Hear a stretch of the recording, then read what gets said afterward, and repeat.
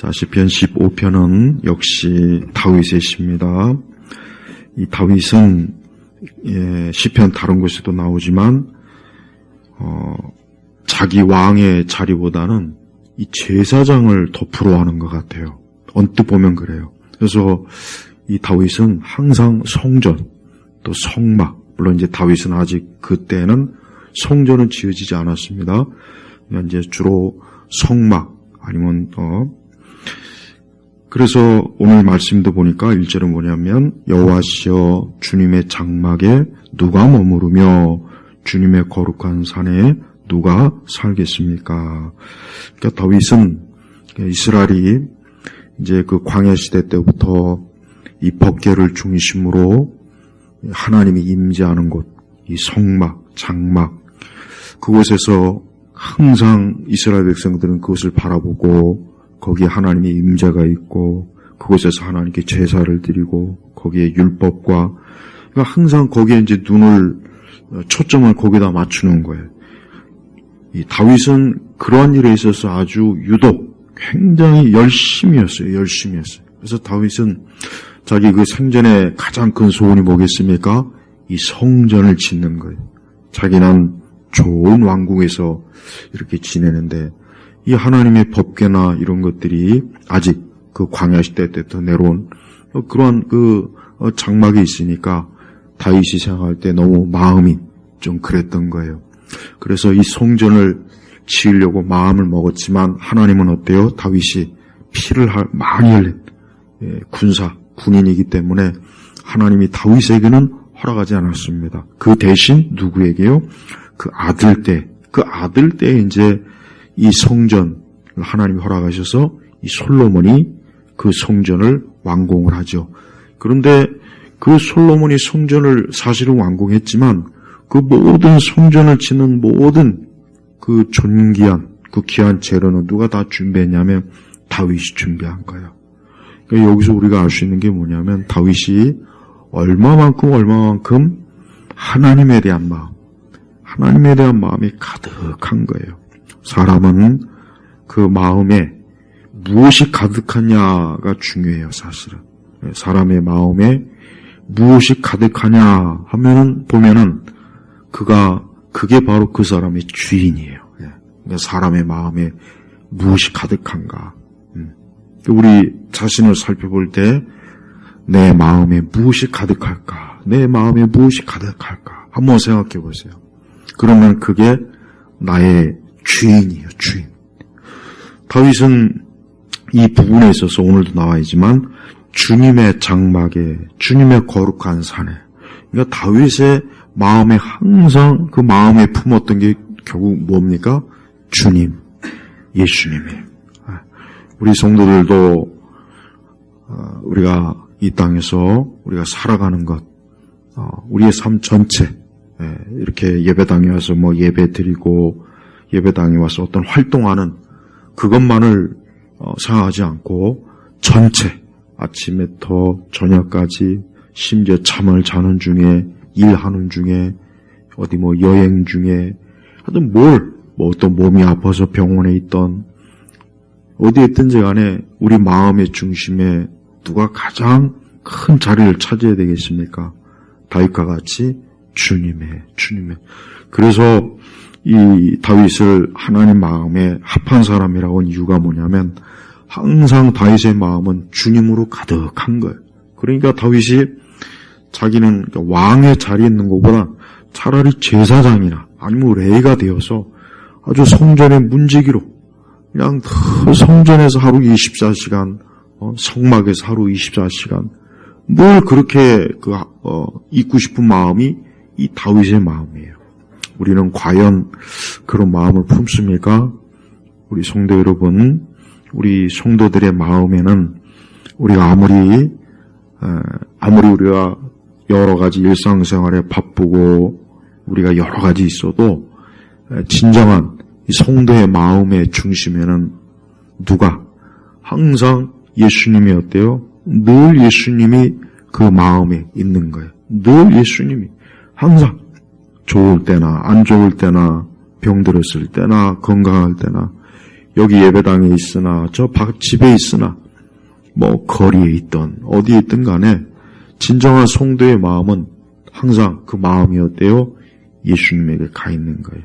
예수님에게 가 있을 때 그 우리 성도들의 신앙과 믿음이나 그 신앙의 인격이 계속해서 어때요? 온전해지는 거란 말이에요. 온전해.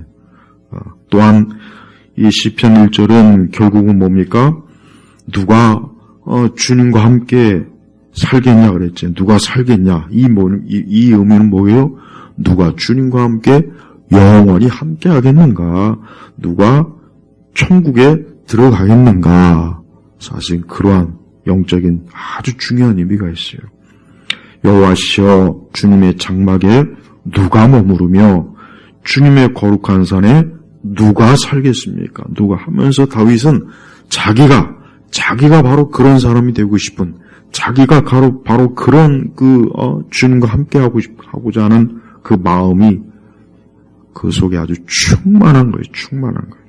그러면서 우리 2절, 3절, 4절, 5절부터는 아주 중요한 내용들이 나와요. 우리는 그냥 우리의 신앙이 어떤 우리의 감정으로 내가 하나님의 사랑에 하나님 나를 사랑하셔, 또 우리가 어떤 열정주의에 사로잡혀가지고 어떤 뜨거운 마음, 뜨거운 어떤 종교적 감정이나 성향을 가지고 나는 하나님과 함께해, 나는 하나님과 동행해.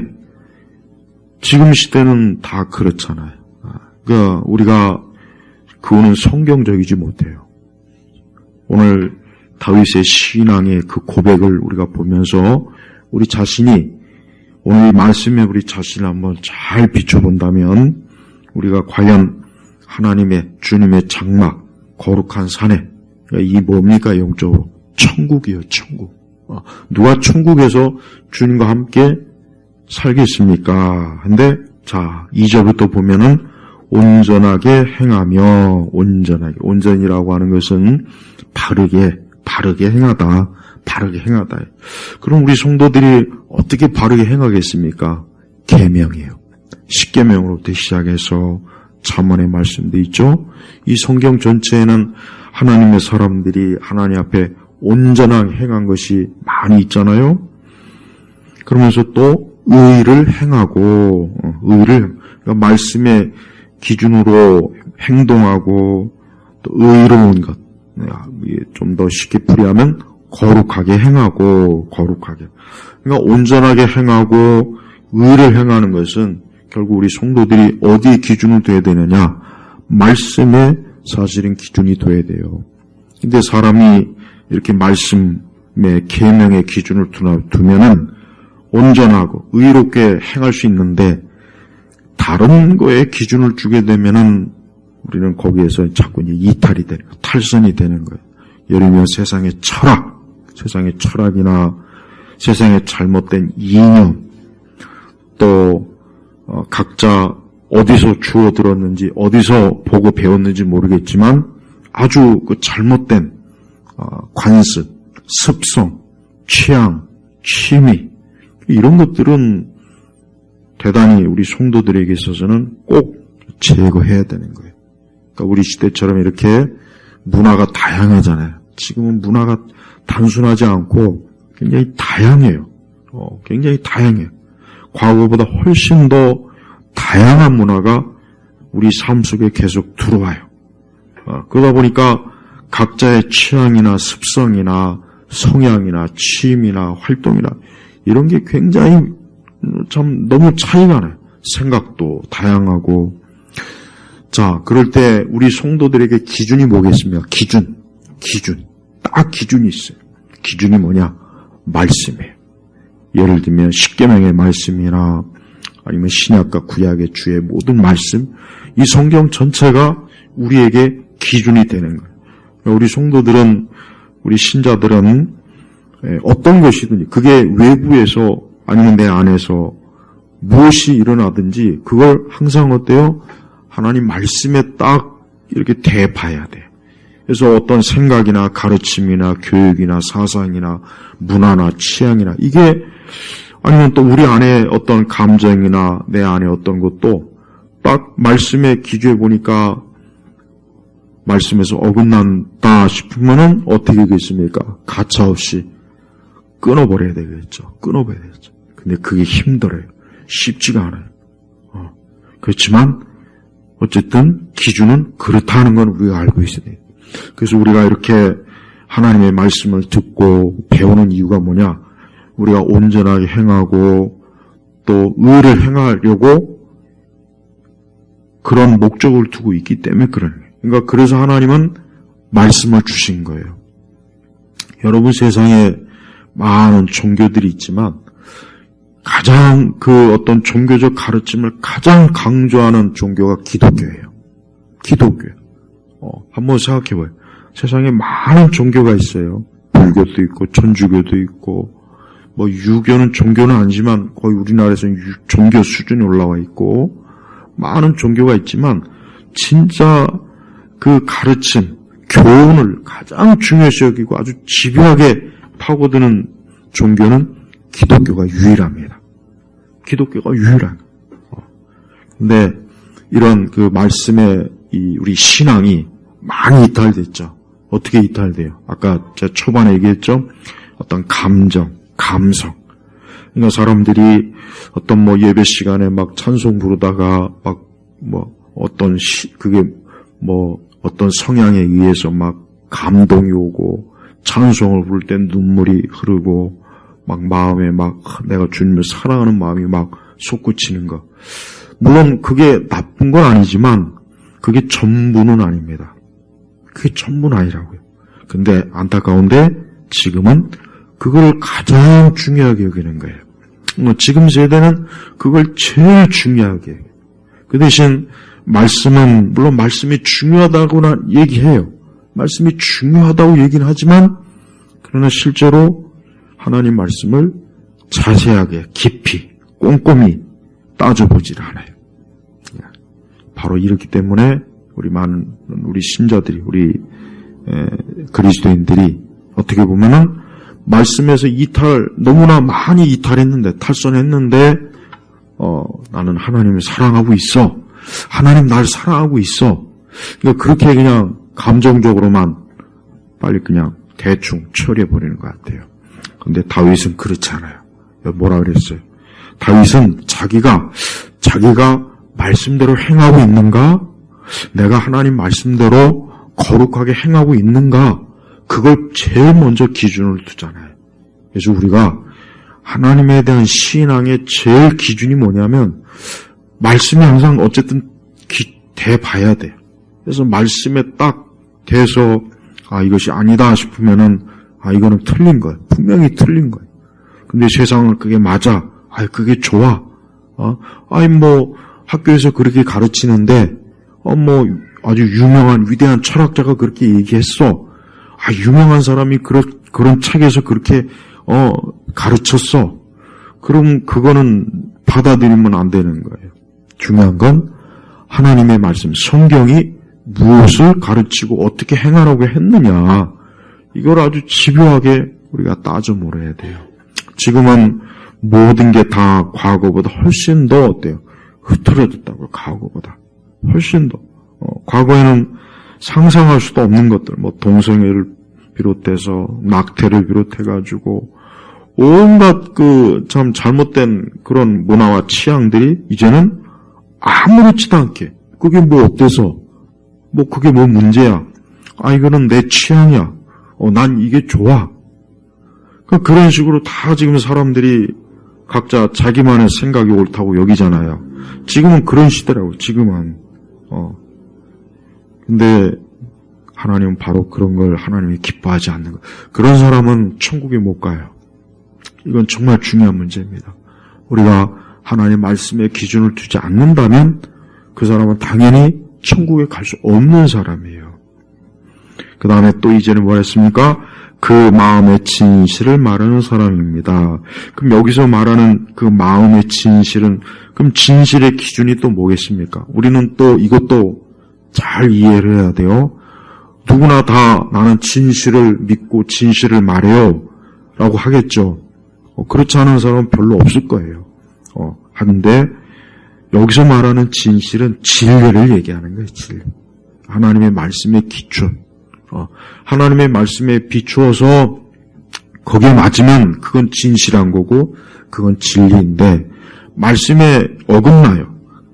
그런 상황은 내가 아무리 이것이 진실하다고 자기가 스스로 믿고 그렇게 마음에 감동이 와도 그건 잘못된 거예요. 여기서 그 마음의 마음, 아까는 행동, 두 번째는 마음의 진실을 그러니까 그 마음에 하나님 말씀이 있으면은 진실하게 말하겠고 진실을 믿겠지만 그 마음에 하나님 말씀이 없으면은 그 마음에서 뭐가 쏟아져 나오겠어요? 예수님 말씀처럼 사람이 어때요? 겉으로 아무리 깨끗해도 그건 깨끗한 게 아니라 그랬어요. 그 마음에서 온갖 악독한 것이 가득 나온다고 했잖아요, 예수님. 우리 마음이 하나님 말씀으로 가득 차오면 자연히 그 말씀으로부터 진실이 나오겠죠. 그래서 우리는 누가 무슨 말을 하는가를 조심해서 들어야 돼요. 누가 무슨 말을 하는가, 저 말이 하나님 말씀에 맞는가, 저 말이 하나님 말씀에 맞는가, 아니면 하나님 말씀에 어긋나는가. 지금 얼마나 하나님 말씀에 어긋나는 그런 가르침을, 그런 내용을 담은 책들, 강의, 학교 교육, 그런 어떤 이념, 어떤 철학, 그런 것들이 많잖아요. 영화나 드라마 대사도 잘못된 게 많아요. 그러니까 그런 것들을 그냥 재미삼아 듣고 보거나 보면은 자기도 모르는 새에 어때요? 하나님의 말씀에서 자꾸 이탈이 되는 거예요. 그러니까 우리 성도들은 하나님의 진리의 말씀을 잘 알고 있으면은 적어도 속지는 알아요. 저 말은 사실이 아닌데, 저 말은 하나님 말씀에 맞지 않는데, 저 말은 그럼 진리가 아니겠구나, 이렇게 분별할 수 있는 거예요. 세 번째로 3절에 보면은 그는 자기 혀로 험담하지 않고, 그러니까 자기 혀로 험담이라는 게 뭐겠습니까? 남에 대해서 온갖 악한 말, 남에 대해서 어떤 좋은 말, 아닌 이상 그건 다 사실 험담이에요. 그래서 근데 여기 보니까 그는 자기 혀로 험담하지 않고 남을 흉보거나 비웃거나 조롱하거나 하여튼 남에 대해서 어떻게든 남을 깎아내리려고 하는 거예요. 근데 오늘 말씀에 보니까 자기 혀로 험담하는 걸, 이것도 큰 죄로 지금 여기서 그러니까 우리가 이 험담을 참 조심해야 돼. 남에 대해서, 누군가에 대해서 사실 사람의 본성은 다른 사람에 대해서 좋은 말보다는 어떻게든 험담하는 게 이게 우리 본성이에요, 사실. 이게 우리 본성이라고. 그래서 우리는 그럴 때마다, 시편 15편의 3절에 보니까 그는 자기 혀로 험담하지 않고 하는 이 말씀을 잘 기억해 뒀다가, 우리가 굳이 남에 대해서 굳이 안 좋은 말, 굳이 그 사람의 흉을 보거나 그 사람의 어떤 약점을 드러내거나 그 사람의 어떤 것들을 막 꼬치꼬치 파헤쳐갖고 그를 기어코 그의 명예나 명성이나 어떤 그의 어떤 감정이나 그런 것들을 막 무너뜨리려고 그런 짓을 하지 않는 거, 이게 참 중요해요. 또 그 친구에게 악을 행치 않으며, 이거는 아마 다 이해할 수 있을 거예요. 악을 행치 않은 거. 좀 더 그 다음 구절, 자기 이웃을 비방하지 아니하는 거. 그러니까 가장 가까운 사람에게 악을 행하거나 비방하거나 그 사람을 힘들게 하거나 괴롭히거나 막 이런 것들. 그러니까 인간의 오늘 이 말씀은, 이 시편 15편은 사실 짧은 말씀인데 인간의 그 본성의 타락의 그 속성을 아주 너무 참 솔직하게 있는 그대로 아주 여기다 다 밝혀놨어요. 그래서 혀로 험담하고 악을 행하고 또 이웃을 비방하는 거, 우리 시대 비방이 얼마나 많습니까? 그냥 사방천지에. 어떤 연예인은 좀 사귄다고 했다가 그것 때문에 욕 바가지로 먹고 사과문도 써요. 아니, 남이야 사귀든 말든. 그러니까 참, 연예인, 아이돌 하기도 힘들겠구나. 봐요. 그러니까 비방. 그러니까 지금은 유난히 인터넷이 본격적으로, 사람들에게 대중화된 뒤부터 가장 심한 사람들이 잘하는 게 뭐냐? 비방이에요, 비방. 그러니까 댓글로 비방 많이 하죠. SNS로 비방 많이 하죠. 그것 때문에 자살도 하고, 그것 때문에 그러니까 이 비방도 이게 절대 가벼운 죄가 아니에요. 험담, 비방. 어떻게든, 다른 사람에 대해서, 어떻게든 저 사람을 깎아내리고, 무너뜨리고, 파괴하고, 흉을 보고, 저 사람의 어떤 죄악을 까발리고, 하여튼, 그런 거를 즐겨하는 게 우리 본성이에요. 우리 본성입니다. 근데 성경에 보니까, 누가 주님의 장막에, 누가 거룩한 산에 누가 살겠습니까? 하니까 험담하지 않고 악을 행치 아니하며 자기 이웃을 비방하지 않은 것. 이거예요. 우리가 보통 아무렇지도 않게 여기는 우리 시대 이런 인터넷 문화, SNS 문화, 이건 정말 참 조심할 필요는 있어요. 누구 말대로 SNS나 이런 것들은 인생에 아무 도움도 안 되는 시간 낭비, 삶의 낭비에 분명합니다. 이건 진짜 분명해요. 또 4절로 넘어갑니다. 그가 주께 버림받은 자를 멸시하나, 주께 버림받은 자를 멸시하나, 여호와를 경외하는 자들을 존경하며, 그러니까 여호와를 경외하는 자들을 존경하며, 그러니까 하나님 경외하는 자들을 높이는 거예요. 높이는 거. 하나님을 경외하는 자를 존귀하게 여기고, 저 사람이 참 존경받을 만한 사람이다. 여러분, 우리 세대 존경받는 사람의 인물들이 딱 보면은 그들 중에 여호와를 경외하는 사람이 있습니까? 저는 별로 안 보여요. 다들 세상에서 재벌이다, 위대한 학자다, 위대한 철학자다. 사람들은 그런 사람을 존경해요. 존중하고 높여요. 그러나 성도는 그런 사람이 아니라 누굽니까? 여호와를 경외하는 자들을 존경하는 거예요. 비록 그 사람이 학력이 혹 낮거나 직업이 좋지 않고 돈도 많이 못 벌지만 정말 경건한 심정을 가지고 하나님을 사랑하는 사람, 이 사람이 제일 존경받을 사람이에요. 우리 성도들은 세상의 위인을 존경하지 마요. 제가 이 세상의 위인들에 대한 책들은 하여튼 즐겨 찾아서 읽는데, 세상에서 위인들 중에 정말 이렇게 정말 존경받을 사람은 없어요. 정말 없습니다. 물론 그들이 어떤 업적은 많이 남겼죠. 근데 또 악한 업적도 많이 남긴 위인도 많아요. 스탈린이나 레닌이나 김일성이나 히틀러나 이 모택동이나 이런 사람들. 그러니까 그런 사람들도 또 존경을 많이 받습니다. 존경하는 사람도 있어요. 근데 우리 성도들은 하나님을 경외하는 사람을 존경해야 돼요. 하나님 경외하는 사람.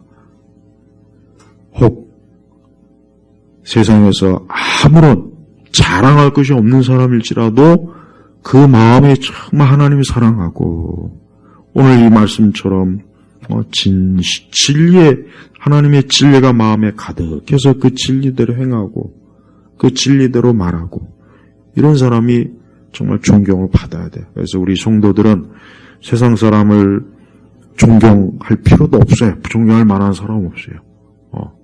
우리는 최근에 건국 전쟁 보면 이승만 대통령 같은 분들은 참 존경할 만한 분, 정말 존경을 받을 분들이에요. 근데 이런 분들은 그냥 역사 왜곡을 하는 그런 사람들로 인해서 얼마나 좀 존경을 받지 못합니까? 또 정작 존경을 받지 말아야 될 사람들이 거꾸로 존경을 받아요. 누구. 나는 목회자들 중에서도 이 공산주의자를 존경한다는 인간들 보면은 아주 정말 악해요.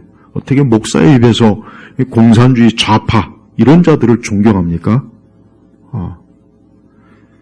그런 무식하고 제대로 알지도 못하는 사람이 함부로 얘기하고 떠들어서 많은 영혼들을 미혹하는 것, 이건 아주 문제가 커요. 또 자신이 소원한 것은 해로울지라도 변경하지 아니하며, 우리 성도들도 소원에 대해서 혹시 잘 압니까? 소원, 하나님 옆에 뭘 약속하는 거예요. 하나님 나에게 뭐 이러이러한 걸 해주면 이렇게 하겠습니다. 소원 기도. 예전에는 이 소원 기도도 많이 했는데 요즘은 모르겠어요. 요즘 세대는 야곱이 그 집을 떠나 삼촌의 집으로 갈 때 하나님 앞에 소원했죠. 하나님께 약속하는 거예요. 약속. 하나님 나에게 이러한 것들을 해주시면 내가 이렇게 하나님께 하겠습니다. 이런 이 소원이에요. 소원. 예를 들면 가장 많이 하는 소원들, 뭐 하나님 나한테 물질을 많이 주시면은 11조를 많이 하겠습니다. 근데 막상 물질을 많이 하나님 주시니까 11조가 많아지니까 그때부터 또 마음이 변하는 거예요. 의외로 꽤 많습니다. 그러니까 하나님 앞에 그 소원했으면 소원한 대로 해야죠. 하나님 나에게 건강을 주시면 내가 하나님의 교회를 위해서 열심히 충성 봉사하겠습니다. 그러면 마땅히 해야 되는 거예요. 그러니까 우리가 하나님과 어떤 약속을 했으면 그 약속을 꼭 지켜야 돼요.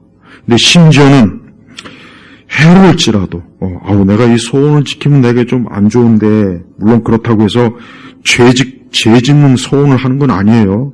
죄를 짓는 소원은 하면 안 되고 하지도 말아야 되겠죠. 여기서 해롭다는 건 뭘 얘기하느냐? 막상 처음에는 하나님 앞에 뭘 한다고 했는데 아깝고 괜히 좀 물질도 아깝고 뭔가 하나님 앞에 드리는 시간이 아깝고 뭔가 하나님 앞에 헌신하는 게 아깝고, 그때 괜히 막 아까운 거예요. 이제 인색한 거예요. 그러면 안 되겠죠. 하나님과 뭘 약속했으면 그 약속을 지켜야 돼요. 하나님 앞에 내가 뭘 약속했으면은 그걸 통해서 하나님이 나에게 은혜와 복을 주셨으면 마땅히 내가 하나님 앞에 감사한 마음으로 그 약속을 지켜야죠. 기도하겠다 그랬으면 기도하고, 헌금을 하겠다 그랬으면 헌금을 하고, 헌신하겠다고 했으면 헌신을 하고, 또 하나님 앞에 이렇게 하겠습니다 했으면은 마땅히 죄가 되지 않는 이상, 죄가 아니라면 하나님 앞에 마땅히 지키라는 거예요. 그러니까 하나님 그걸 귀하게 여기는 거예요. 그러니까 하나님 앞에 한번 기도로 뭔가를 약속했으면, 마음으로 뭘 약속했으면 그 약속을 지키는 거예요. 또 5절에 보면 그는 이자 때문에 돈을 빌려주지 않고, 이 얘기가 뭐냐면 무조건 이자를 받는 게 죄라는 게 아니라 가난하고 정말 물질적으로 연약한 사람들한테 아주 그냥 악독하게 고리 이자를 받는 이제 그런 짓을 말하는 거예요. 그러니까 가난한 자를 물질적으로 궁일히 여길 줄 아는 사람, 그걸 얘기하는 겁니다.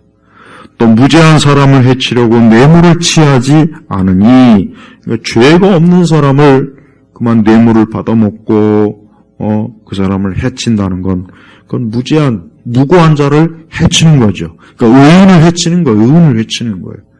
이것도 얼마나 중요하겠습니까? 우리 예수님은 의로운 분이고 우리 예수님은 거룩한 분이죠.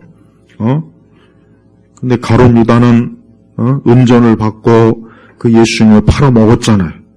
그러니까 가룟 유다가 얼마나 악한 자입니까? 자, 5절 맨 끝부분에 이렇게 결론이 납니다. 이런 일을 행하는 자는 영원히 흔들리지 않을 것입니다. 여기서 흔들린다는 이 표현이 원어상으로 뭐냐? 미끄러진다. 여러분 예를 들면 눈길이나 얼음을 길 갈 때 미끄러질 적 있나요? 딱 그걸 얘기하는 거예요. 영원히 흔들리지 않을 것이다. 그러니까 하나님께서는 자 2절에 온전하게 말씀대로 행하고, 하나님 말씀대로 거룩하게 행하고 그 마음의 말씀대로 말하고, 험담하지 않고 또 친구에게 악을 행치 않고 자기 이웃을 비방하지 않고, 또 여호와를 경외하는 자를 존경하고, 또 주께 버림받은 자, 이게 주께 버림받은 자라는 건 다른 말로 하면은 하나님 멸시하는 자예요. 하나님 미워하고 하나님 싫어하는 자 있어요. 지독하게 하나님 멸시하고 싫어하는 사람 있죠? 이런 사람 우리가 멸시해야죠. 그 다음에 또 소원한 것을 반드시 어떤 일이 있어도 하나님 앞에 약속을 지키고, 또 가난한 자의 물질을 취하지 않고, 무죄한 자를, 무고한 자를 해치지 않는, 그러니까 이런 일을 행하는 자는 영원히 흔들리지. 그 삶이 현세와 내세에서 어때요? 하나님이 붙잡아준다 이거예요. 여러분, 우리는 오늘 이 말씀이 어떻게 여러분 생각하십니까? 여러분, 우리는 이 말씀대로 과연 우리가 살고 있습니까? 사실 이 말씀대로 사는 사람이 누가 있습니까? 한 사람도 없어요. 그러나 이 말씀대로 사신 분이 있어요. 누가 사셨습니까? 우리 예수님. 예수님이 이 말씀 그대로 사셨어요. 우리 예수님. 정말 흠 하나 없이. 그래서 우리 성도들은 예수님을 믿는 그 믿음으로 우리가 어때요? 하나님께 받아들여지는 거예요. 그러면서 우리는 우리 자신의 영혼을, 우리의 심령을 이 말씀에 비추는 거예요. 내가 그리스도를 믿음으로 그리스도의 의로 하나님 앞에 하나님과 함께 주님의 거룩한 산, 주님의 장막에 영원히 천국에 거하겠지만, 그러면서도 어때요? 내가 이 말씀을 항상 내 영혼의 거울로 비추는 거예요. 우리 성도들이 주일날이나 혹 수요일날이나 하나님 앞에 예배 올 때 언제나 이 시편 15편의 말씀이 항상 눈앞에서 거울처럼 늘 이 말씀이 비추길 바랍니다. 우리는 평생에 걸쳐서 우리는 이 말씀이 우리 그리스도의 의, 그리스도께서 완전히 이루어지신 이와 같은 말씀이 항상 우리에게도 늘 멀지 않고 가까이 이 말씀대로 우리가 살도록 믿음으로 순종하고 따라야 되는 거예요. 그게 바로 뭡니까? 성령 안에서 살아가는 사람이에요. 성령의 진정으로 내주한 사람은 오늘 이 시편 15편의 이 말씀 2절부터 이 5절 말씀이 항상 그 심령에서 분명히 열매를 맺을 거예요. 언제나 그 말씀이 이 말씀이 어때요? 그에게 성령께서 이러한 열매를 맺어라, 이러한 열매를 맺어라 하고 분명히 우리 주님이 성령께서 우리에게 우리 심령에 마음에 감동을 주실 거예요. 자, 다윗은 성전을 사모했다 그랬죠. 우리 예수님께서 어린 시절에 그 성경에 기록된 대로 보면은 어린 시절에 요셉과 마리아와 함께 성전을 6월절 성전을 방문했는데 이제 그 6월절 절기가 끝나고 다시 고향으로 가는데 가다 보니까 예수님이 없어요. 예수님이 없어요. 그래서 마리아하고 요셉이 깜짝 놀라가지고 다시 예루살렘 성전으로 가니까 거기에 예수님이 어때요? 거기에 있는 성전에 있는 사람들과 같이 토론하고 같이 시간을 보내는 거예요. 그때 마리아가 예수님에 대해서 왜 널 잃어버려서 얼마나 이렇게 걱정했는지 모른다고 예수님을 책망하니까 예수님이 뭐라 했습니까? 내가 성전에 있어야 될 줄 모르시나이까? 그러니까 내가 이 하나님의 성전에 있어야 되는 걸 모르셨습니까? 하고 오히려 되물었어요. 자, 우리 예수님 보십시오. 우리 예수님은 하나님의 성전, 그분이 이 땅에 오셨을 때 그 어린 시절에도 그 성전을 사모하고 그 성전에서 율법을 토론하고 그곳에서 제사 드리고 제사하는 그 모습들, 제사장들과 레위인들을 보고 그러면서 항상 어때요? 하나님과 교제를 나누는 거예요. 우리 성도들도 마찬가지예요. 우리 성도들도 항상 하나님, 주님을 마음에 품고 살아야 돼요. 그게 정상적인 사람이에요. 사람이 정신적으로 인간은 아담과 하와가 죄로 인해서 오염됐을 때 우리가 이걸 꼭 알아야 돼요. 우리의 정신과 마음도 특히 정신도 많이 이 죄 때문에 사실 많이 무너졌어요. 그러니까 범죄하기 이전에 아담의 마음은 참 흠없는 마음이었겠지만 그의 정신도 흠이 없는 거예요. 근데 우리 그리스도인들이 이상하게 마음이 중요하고 또 육체가 중요한 건 그래도 어느 정도 인식하는데 이 정신의 이 중요성은 잘 몰라요, 보니까. 그러니까 정신은 이거는 뭐 성경 우리하고는 상관이 없는가 봐. 그런 생각을 혹시 언뜻 하는 거 아닌가 싶어요. 근데 절대 그러면 안 됩니다. 하나님은 우리를 지으시되 우리의 몸, 우리의 이 육체, 또 우리의 마음, 또 우리의 정신, 하나님이 다 하나님이 창조한 거예요. 근데 죄 때문에 이와 같은 것들이 다 무너진 거예요. 파괴된 거예요. 심각하게 훼손이 된 거예요. 그래서 정상적인 하나님 보시기에 거룩하고 온전한 활동을 못하고 있잖아요. 근데 그 중에 하나가 뭐냐? 정신. 우리 정신도 우리 그리스도인들이 자기의 정신을 잘 살펴봐야 돼요. 우리가 어떤 마음이나 우리가 몸으로 모든 것도 중요하지만 성경은 우리의 정신도, 우리의 정신이, 우리가 보통 이런 얘기하죠. 정신이 엉뚱한 데 팔려 있다고. 정신이 저렇게 엉뚱한 데 팔려가지고 엉뚱한 짓이나 하고 있고, 근데 우리 성도들이 진짜 그 정신을 어디에다 둬야 되냐? 하나님에게 둬야 돼요. 이게 진짜 중요합니다. 우리 시대 사람들 정신적으로 정말 파멸, 자기는 정상인 것 같지만 정상적이지 않은 그런 사람들 진짜 많아요. 많이 배우고 뭐 많은 걸 알고 뭐 겉으로는 정상적인 게 있지만 그 정신 자체가 왜곡되고 썩었고 파괴적이고 파멸, 그런 것들이 다 나오는 거예요. 여러분, 우리의 마음과 정신은 따로 놀지 않습니다. 우리의 정신이 하나님의 말씀, 하나님에게 온전히 가 있을 때 우리의 마음도 따라가는 것이고 몸도 따라가는 것이에요. 그래서 저는 우리 그리스도인들이 정신에 관한 부분을 정신과 의사나 이 세상의 정신의학자들한테 맡기지 말고 하나님의 성경의 말씀을 통해서 온전한 정신을 갖자. 왜? 이 정신 자체가 왜곡되고 죄악으로 오염되어 있기 때문에 그 정신과 마음이 어때요? 오늘 나와 있는 것 이와 같이 험담과 비방과 악한 것과 이런 것들을 즐겨하는 거야. 그 정신적으로 즐기는 거야. 즐기는 거. 그래서 우리 성도들이 마음에만 집중하지 말고 정신에도 집중해야 돼. 정신. 이 땅에 악한 영향을 끼친 철학자들을 가만히 보니까 이 정신적으로 미친 인간들이에요.